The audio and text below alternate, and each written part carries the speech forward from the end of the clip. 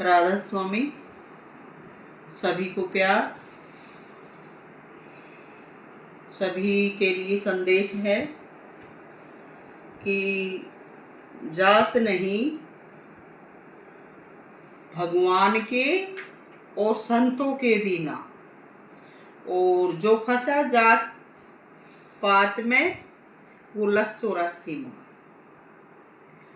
तो मैं भी ये कहती हूँ कि जाति पहचान के लिए बनाई है, और जाति कोई ऊंची नीची या छोटी बड़ी नहीं है।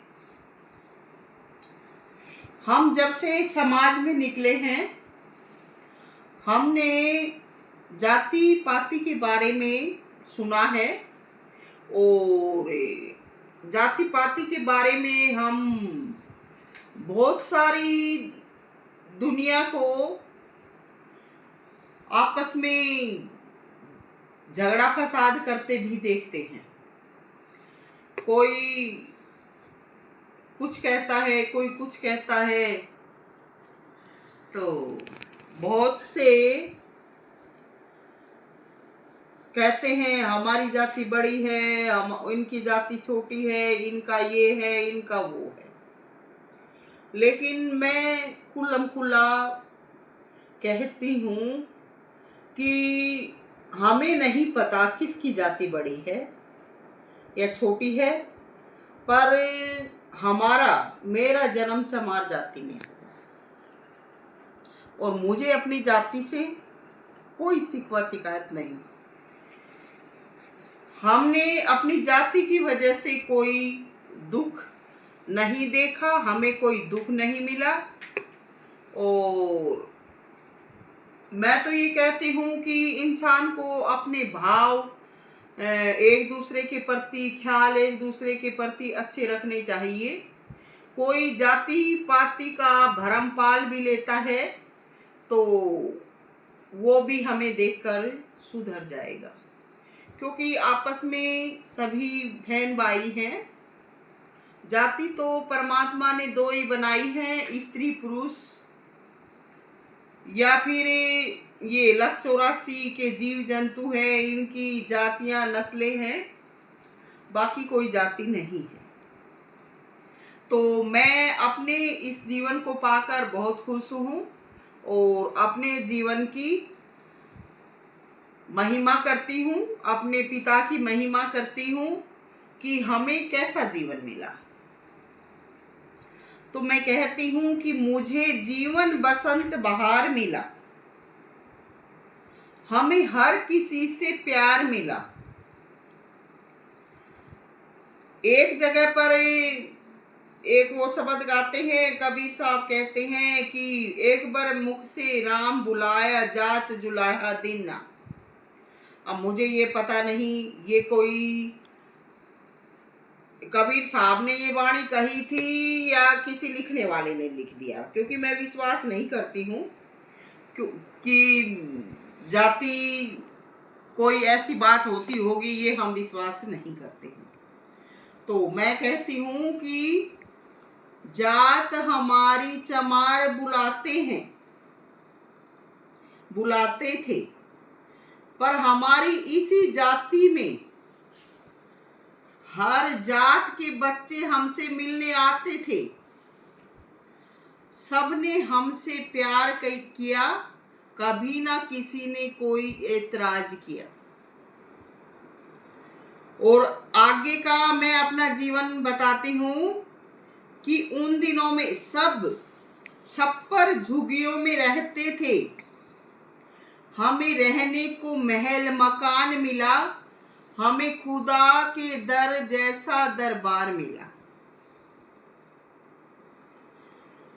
और ये हकीकत है।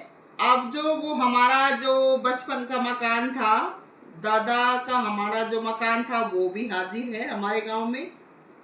वो भी बहुत अच्छी तरीके से बनाया गया था। अब तो तोड़ फोड़ के कुछ ऐसे ही हो गया, क्योंकि वो साजा का है, उसका कोई खास रूप से बंटवारा भी नहीं हुआ।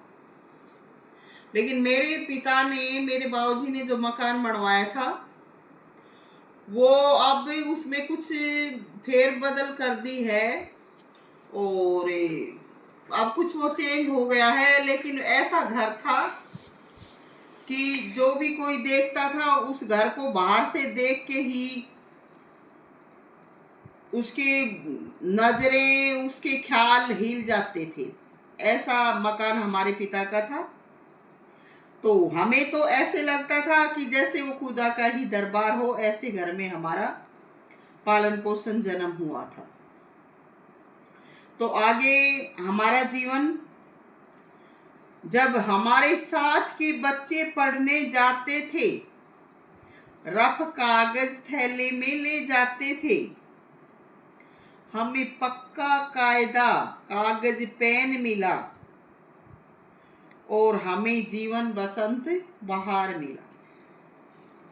अच्छा, बच्चे उन दिनों में सेल तोड़ के पेंसिल बनाते थे।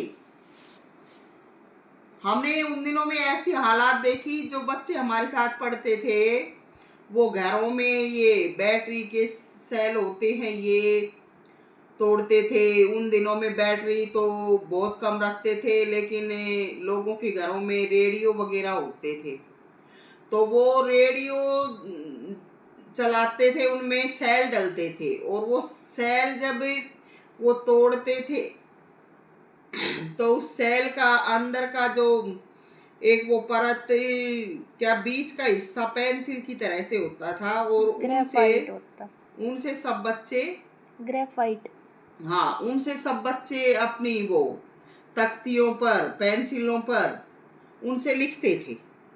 लेकिन हमारे बाबूजी हमें वो रोशनाई स्याही आती थी, उसके पैकेट ला के देते थे, और वैसे पेनों में डालने के लिए या कॉपी में लिखने के लिए हमें चैल पारक की स्याही आती थी, सबसे अच्छी, और आज भी मिलती होगी चैल पारक की वो स्याही। तो हमें वो चैल पारक की स्याही ला कर देते थे, और हमारे बाबूजी हमें एचबी की पक्की पेंसिल ला के देते थे। जो कच्ची पेंसिल होती थी उनको जब छीलते थे तो उनके ढक टूट जाते थे तुरंत, लेकिन एचबी की पक्की पेंसिल आती थी, वो नहीं टूटती थी। तो हमें ऐसी चीजें ला के देते थे। अच्छा, बच्चे उन दिनों में हमारे साथी थे, हमारे साथ पढ़ते थे। बच्चे कोयले से स्याही बनाते थे।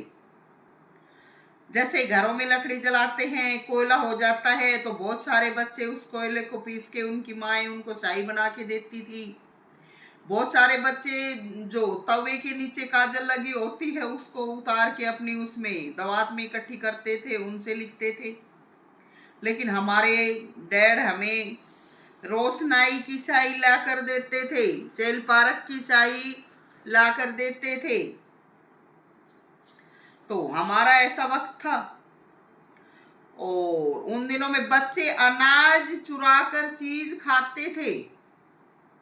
हमारे बाबूजी, हमारे चाचा हमें पैसे दे के जाते थे, हम उनसे चीज खाते थे। अच्छा, उन दिनों में लोग बाग लस्सी मिट्टी से नहाते थे, और हमारे डैड हमें Liril, Lifebuoy, Dettol, Lux, Pears व नीम साबुन से नहलाते थे, लेकर आते थे। लोग जोड़ बावड़ी में नहाते थे, पर हमारे कर्म ऐसे थे, हमारे घर के आगे दिन रात दो दो नलके बहते थे, और हम खूब मल मल के, भर भर के बाल्टी, खूब भर भर के सिर पर के भर भर के बिखेरते थे, नहाते थे, हरदम ताजा पानी पाते थे। और इसके अलावा हमारा कुआं अति मीठे जल का था, और फ्रीज भी उसके आगे कुछ ना था। हम ताजा ठंडा पानी पीते थे। और हमारे घरों में जो बर्तन थे वो सबसे ज्यादा चमकते थे। बनिया पंडित थे, वो भी हमारे बर्तनों को देख के उनका दिल भी तरसता था कि ऐसे बर्तन तो हमारे भी नहीं हैं। मेरे साथ रहती थी, 2 लड़कियां बड़ियों की थी और सुनारों की, जाटों की थी ज्यादा लड़कियां। तो वो अक्सर हमारे घर में ही आई रहती थी, हमारे साथ खेलने के लिए, पढ़ने के लिए। हमारी छत काफी लंबी चौड़ी थी, तो सभी लड़कियां छत पे सर्दियों में आके बैठ जाती थी, मैं उनको पढ़ाती थी। तो बहुत रेस्पेक्ट देती थी, बहुत अच्छा माहौल था। तो वो सब हमारी चीजें देखती थी, लड़कियां देखती रह जाती थी कि तुम्हारे घर में ये क्या चीज है, वो क्या चीज है। हमारे बाबूजी सर्विस करते थे, तो वो भी कुछ इसी प्रकार के थे कि जो चीजें नई नई चलती थी वही चीजें हमको ला के देते थे, हमारे घर में रखते थे। उनको भी अच्छी अच्छी चीजों का चाव था। तो उन दिनों में हमारे घर में सब कुछ भरपूर था, किसी चीज की कोई कमी नहीं थी। और आगे भी उन दिनों में हमारे घर में ही बैठक दरवाजे थे और जितने भी बस्ती के मेहमान दामाद आते थे वो हमारी बैठक में ही आकर बैठते थे और अक्सर हमारे घर में ही खाना होता था। तो ऐसे हमारे पिता का घर था और उन दिनों में लोग बैलगाड़ियों में, ऊंट गाड़ियों में या फिर पैदल चलते थे। हमारे घर में साधन होते थे, हम घर से बैठकर चलते थे और वापस भी घर में उतरते थे। बाबूजी नित नए पकवान बनवाते थे, पास बिठा के हमें खिलाते थे, हमें खाते देख खुश हो जाते थे, हमें पूछ पूछ के चीज लाते थे और पूछ पूछ के चीज बनाते थे।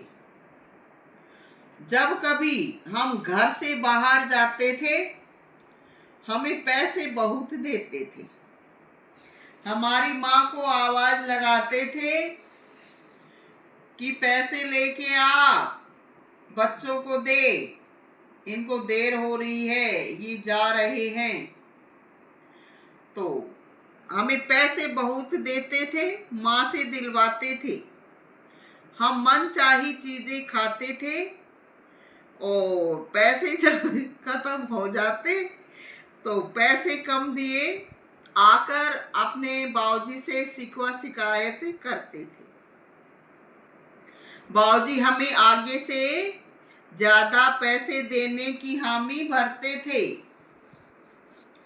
और जब कभी बाबूजी फुर्सत में होते थे हमको खूब हंसाते थे, तरह तरह के नाटक मुझसे करवाते थे। मुझे देख सभी खुशी से लोटपोट हो जाते थे। मैं भी हर बात अपने दिल की अपने बाबूजी से सुनाती थी, तरह तरह के नाटक उनको करके दिखाती थी और बहुत ही खुश हमारे दिन जाते थे। तो मेरे बाबूजी की दीवानी खास लगती थी जब वो शुक्रवार को घर आते थे। सभी चाचा जो बड़े आस पड़ोस के भाई थे वो सब, हम सब भी होते थे, तो उनसे हर बात सुनते थे और खुद भी सुनाते थे।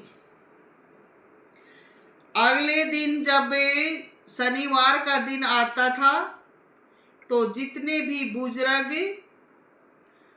दादा दादी, माई बाई, जो भी हमारे आसपास के थे, वो सभी मिलने आते थे।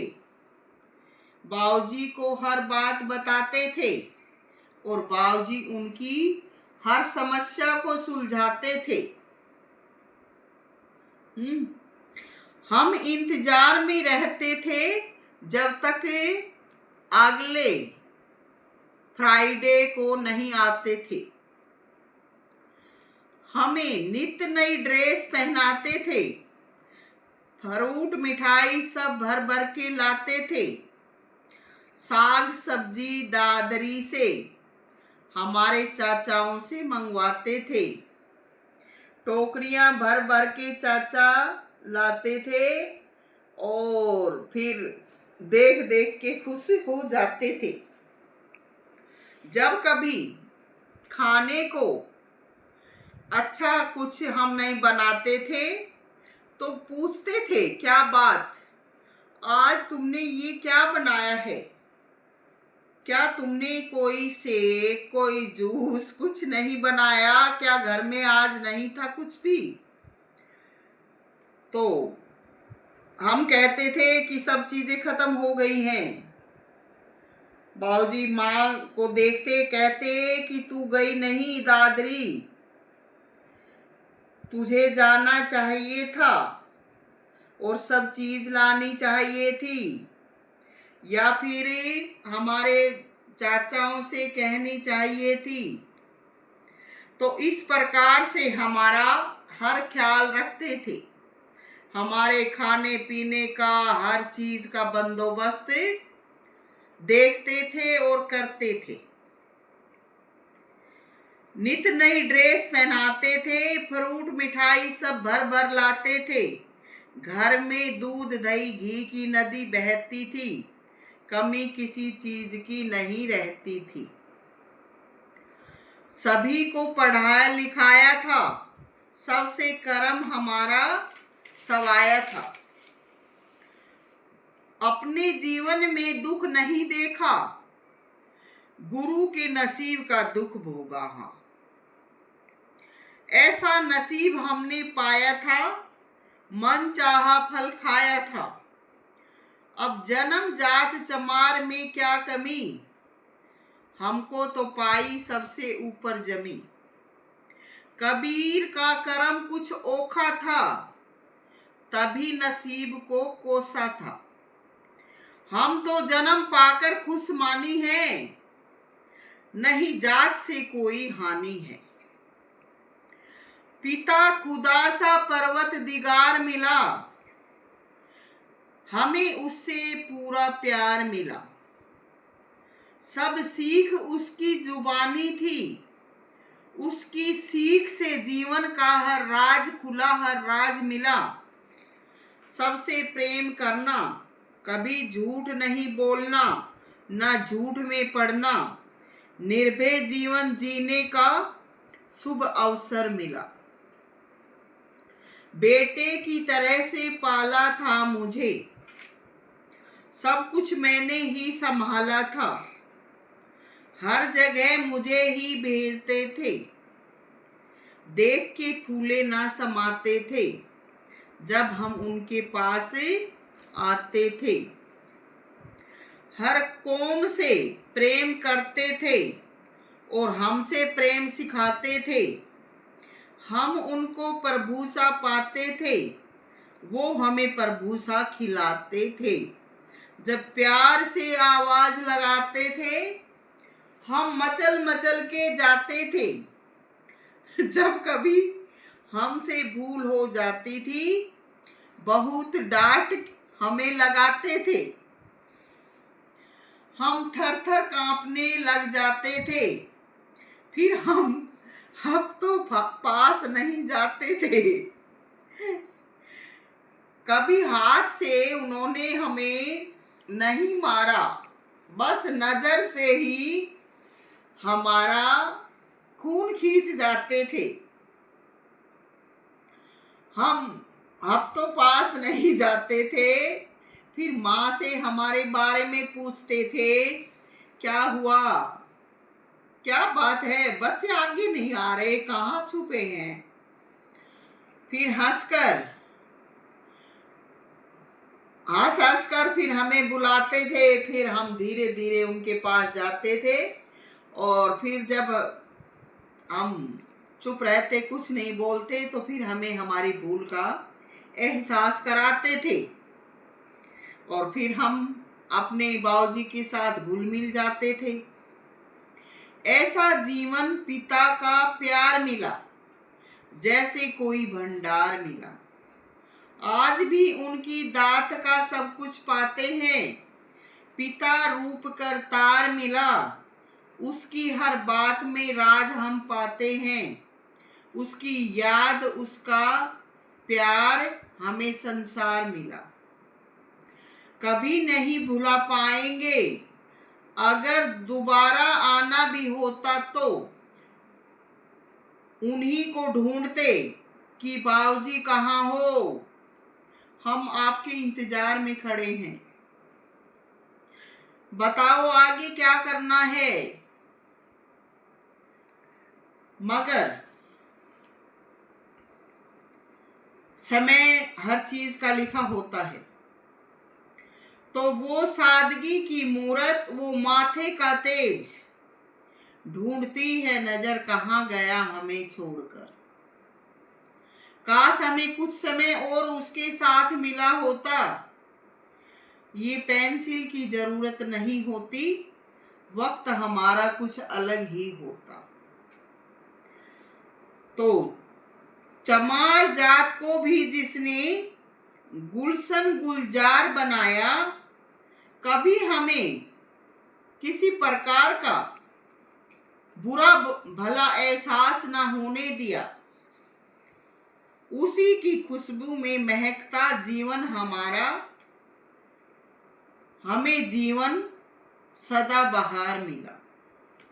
सविता मोजादिन, राधा स्वामी।